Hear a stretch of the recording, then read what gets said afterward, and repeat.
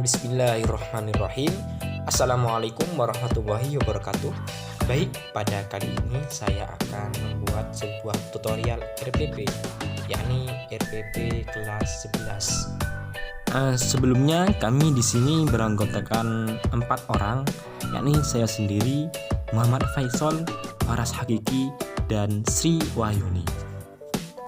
Baik, untuk mempersingkat waktu, mari kita simak videonya.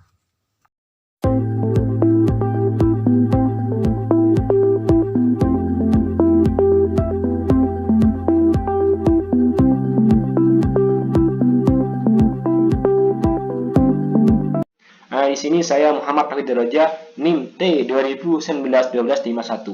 Di sini dalam memenuhi tugas UTS kelompok 5, maka kami di sini akan membuat sebuah RPP.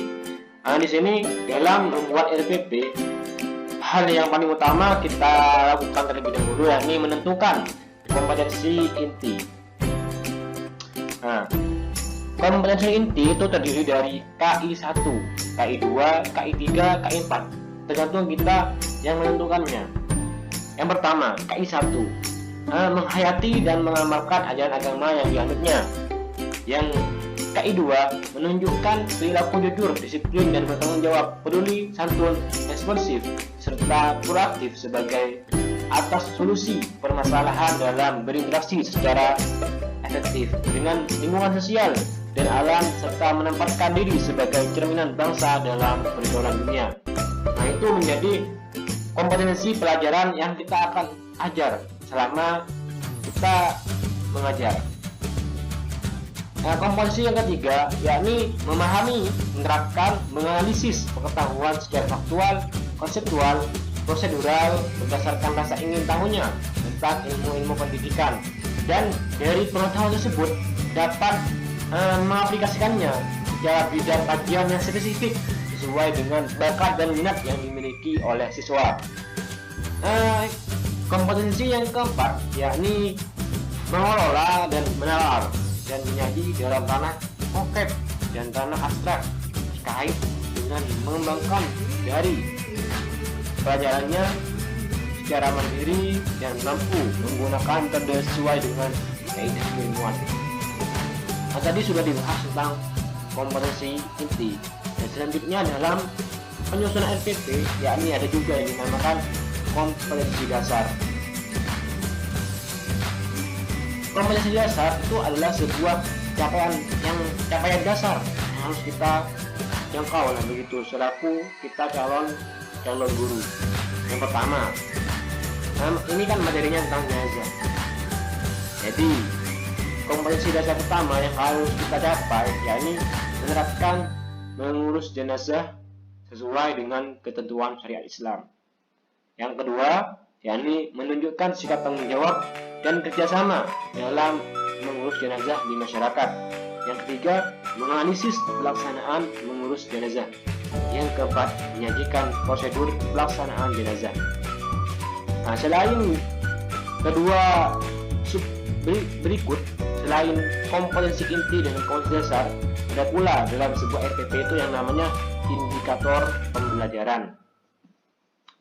Indikator pembelajaran itu adalah komponen-komponen yang kita harus bisa pelajari, harus kita bisa ajarkan kepada siswa-siswa kita. Yang pertama, yakni intinya materi kita tentang jenazah begitu. Jadi materi dan isi dari pembelajaran haruslah sesuai, tidak boleh nyeleweng. Yang pertama yakni menjelaskan kewajiban umat Islam terhadap orang. Yang kedua, menjelaskan tata cara memandikan jenazah. Yang ketiga, menjelaskan tata cara mengafani jenazah. Yang keempat, menjelaskan tata cara memandikan jenazah. Dan yang kelima, menjelaskan tata cara menguburkan jenazah. Dalam pembuatan indikator, tergantung kita mau menerapkan yang bagaimana dan berapa banyaknya. Yang selanjutnya yakni tujuan pembelajaran. Dalam sebuah pembelajaran mustahillah kalau kita tidak memiliki tujuan. Pasti saat kita melakukan pendidikan, pasti dalam pendidikan tersebut pasti ada tujuan akhir dari pendidikan tersebut. Yang pertama, jikalau kita kaitkan pada materi ini, yakni setelah mengikuti pembelajaran, peserta didik mampu menjelaskan kandungan dalil naqli tentang ketentuan syariat Islam mengurus jenazah, menjelaskan tata cara mengurus jenazah menurut hukum Islam.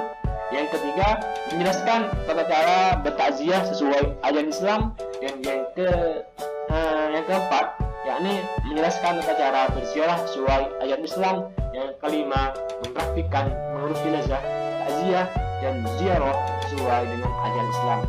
Mungkin sekian dari saya. Mohon maaf apabila ada kesalahan. Sekian dan terima kasih.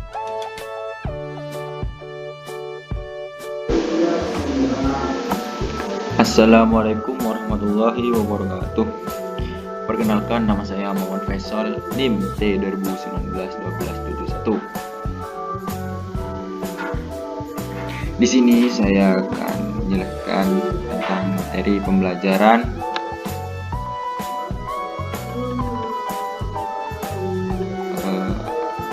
model pembelajaran, sumber pembelajaran, media atau alat pembelajaran. Nah, untuk materi sendiri kita harus melihat dari tujuan pembelajaran. Sebagaimana yang kita ketahui, tujuan pembelajaran yang A, menjelaskan kandungan dalil naqli tentang kandungan syariat Islam dalam mengurus jenazah. Nah, kita tulis di sini kullu nafsin dha'iqatul maut. Nah, yang B, tata cara mengurus jenazah menurut hukum Islam. Nah, memandikan jenazah, terus mengkafani jenazah, menyolati jenazah, menguburkan jenazah. Terus yang C, tentang takziah. Yang D juga tentang ziarah.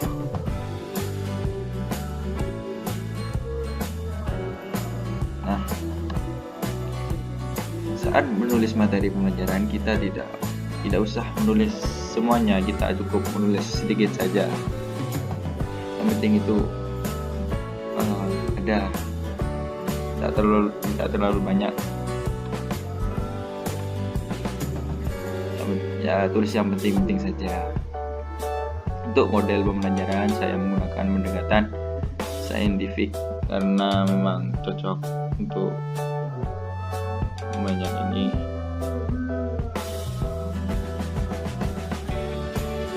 Karena pendekatan saintifik adalah proses pembelajaran yang dirancang sedemikian rupa agar peserta didik secara aktif mengkonstruksi konsep, hukum dan prinsip melalui tahapan-tahapan mengamati untuk mengidentifikasi atau menemukan masalah, merumuskan masalah, mengajukan atau merumuskan hipotesis, mengumpulkan data dengan berbagai teknik, menganalisa data, menarik kesimpulan dan mengkomunikasi konsep, hukum atau prinsip yang ditemukan. Nah, model pembelajaran saya menggunakan ceramah, diskusi dan tanya jawab. Nah, untuk sumber pembelajaran saya mengambil dari buku Pendidikan Agama Islam dan Budi Pekerti 2013 dan buku Guru Pendidikan Agama Islam dan Budi Pekerti 2012 kelas 11. Kenapa kok bisa ini? Kita melihat dari tujuan ambil dari mana dan materi ini juga dapat dari mana. Kita mengambil dari buku Pendidikan Agama Islam dan Budi Pekerti dan 2013. Terakhir, media atau alat pembelajaran, yaitu saya menggunakan alat yang seadanya yang ada di sekolah, di papan tulis, spidol, hapus.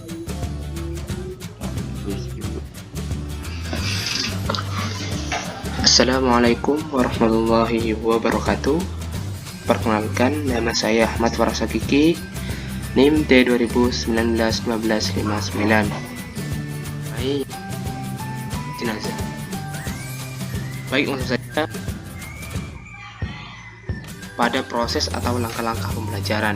Yang pertama adalah persiapan ya. Sebelum pembelajaran dimulai, guru itu mengucapkan salam terlebih dahulu dan berdoa bersama-sama bersama peserta didik semuanya atau siswa ya. Terus memeriksa kehadiran, kerapian, berpakaian, atau posisi tempat duduk sesuai dengan kegiatan pembelajaran tersebut. Terus menyapa peserta didik. Dan seterusnya adalah melaksanakan apresiasi dan menguji tingkat pengetahuan peserta terhadap materi yang telah disampaikan waktu sebelumnya. Setelah itu menyampaikan tujuan pembelajaran. Jadi guru itu sebelum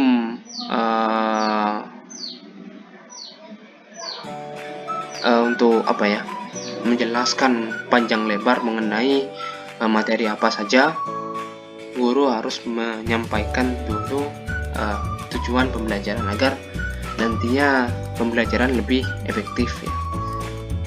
Dan selanjutnya adalah mempersiapkan alternatif model pembelajaran dalam kompetensi inti seperti discovery learning dan project based learning ya, dengan metode diskusi, demonstrasi, praktik dan lain sebagainya. Terus yang kedua itu ada pelaksanaan. Yang pertama untuk pelaksanaan ini adalah pembukaan ya, yaitu pertama adalah peserta didik itu menyimak dan mencermati tayangan atau gambar yang ada di dalam buku teks. Jadi guru sebelum ini memberikan buku ataukah siswa itu sudah punya buku atau guru yang menyuruh muridnya untuk membeli buku atau meminjamkan buku dari sekolahan tersebut. Yang kedua adalah peserta didik bertanya atau memberi komentar terhadap tayangan atau gambar tersebut. Jadi siswa di sini bertanya atau berkomentar mengenai tayangan atau gambar yang sudah ada di buku tersebut. Seterusnya adalah peserta didik diberikan penjelasan tentang maksud yang terkandung dalam gambar tersebut. Di sini guru memberikan penjelasan tentang apa yang telah ada atau apa yang dimaksud atau yang dimaksudkan dalam gambar yang ada di buku tersebut. Dan untuk seterusnya adalah peserta didik menyimak dan mencermati uraian yang ada pada dalam buku tersebut.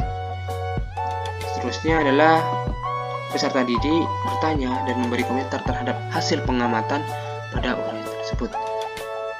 Dan peserta didik juga diberikan penjelasan tentang maksud yang terkandung di dalam uraian tersebut. Jadi guru di sini tidak hanya memberikan buku dan menyuruh siswa untuk memahaminya sendiri, tidak, tetapi guru itu harus memberikan penjelasan juga biar peserta didik atau siswa itu lebih paham dengan apa yang buku yang mereka lihat, seperti itu. Selanjutnya adalah mengkritisi sekitar kita. Mengkritisi adalah siswa itu dilatih untuk berpikir secara kritis, seperti itu. Mungkin bahasa bawahnya adalah disuruh menalar, seperti itu. Siswa itu disuruh menalar. Peserta didik menyimak uraian yang ada pada buku teks. Selanjutnya peserta didik memberi komentar terhadap hasil pengamatan pada uraian tersebut. Selanjutnya peserta didik diberikan penjelasan, tambahan dan penguatan mengenai hasil pengamatan oleh guru pembimbing. Terusnya peserta didik menjawab pertanyaan yang terdapat pada kolom aktivitas siswa di lembar kerja atau atas folio yang guru itu memberikan penilaian dalam bentuk folio. Seperti kita ketahui untuk sekolah-sekolah dasar ya, sekolah menengah, pastinya untuk memberikan penilaian dalam bentuk folio. Ini tidak hanya di sekolahan dasar seperti SD, MI, dan derajatnya itu setingkatnya itu tidak hanya di situ, tapi SMP atau MTS pun dan SMA itu menggunakan seperti itu. Dan selanjutnya adalah memperkaya khazanah peserta didik. Ini berkaitan dengan materi yang kelompok saya ambil, yaitu mengenai jenazah. Di sini peserta didik menyimak teks bacaan tentang ketentuan syariat Islam dalam mengurus jenazah di dalam kelompoknya masing-masing. Jadi sebelum ini peserta didik itu dibagi untuk membuat sebuah kelompok seperti itu, agar peserta didik bisa bergotong royong lah, anggaplah katakan seperti itu, bisa bahu-bahu bekerja sama dengan baik. Seterusnya adalah peserta didik bertanya tentang ketentuan syariat Islam dalam mengurus jenazah di dalam kelompoknya masing-masing. Setelah itu peserta didik mendiskusikan tentang ketentuan syariat Islam dan kelompoknya masing-masing.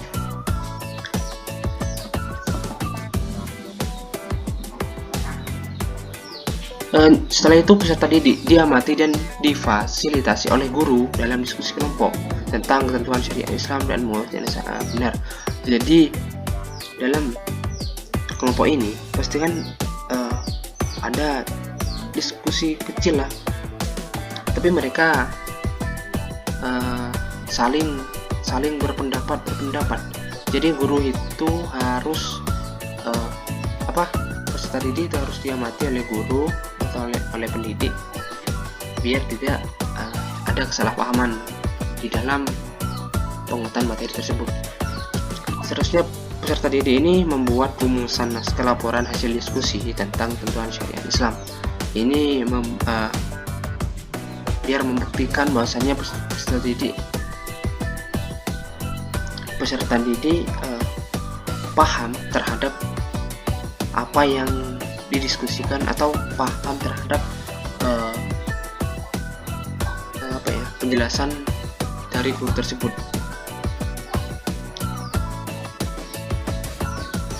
Setelah itu peserta didik mengkritisi hasil presentasi kelompok tentang ketentuan syariat dalam mengurus jenazah.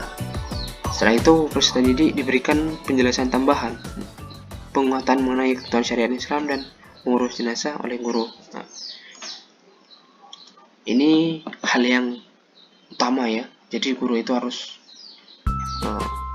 memberikan penjelasan atau penguatan materi pada kepada siswanya. Dan setelah itu untuk memperkuat pengetahuan siswa atau peserta didik itu memberikan atau penilaian menjawab pertanyaan yang terdapat pada kolom yang telah diberikan oleh guru di dalam buku tersebut. Setelah itu menerapkan perilaku mulia. Jadi peserta didik di sini menyimak teks bacaan perilaku terpuji yang dapat diterapkan sebagai penghayatan pengalaman setelah mempelajari materi. Setelah itu peserta didik bertanya tentang perilaku terpuji, tentang jenazah seperti itu. Ada timbal balik lah guru dan siswa seperti itu. Dan kalian bisa lihat seperti sini untuk lebih jelasnya ya. Intinya peserta didik tidak tidak boleh dibiarkan contohnya seperti ini, guru memberikan buku kepada peserta didik itu hanya dijadikan peserta didik itu berlelar sendiri, karena akan mengakibatkan kesalahpahaman seperti itu. Jadi guru itu harus memberikan penjelasan atau penguatan materi untuk menguatkan pengetahuan peserta didik tersebut,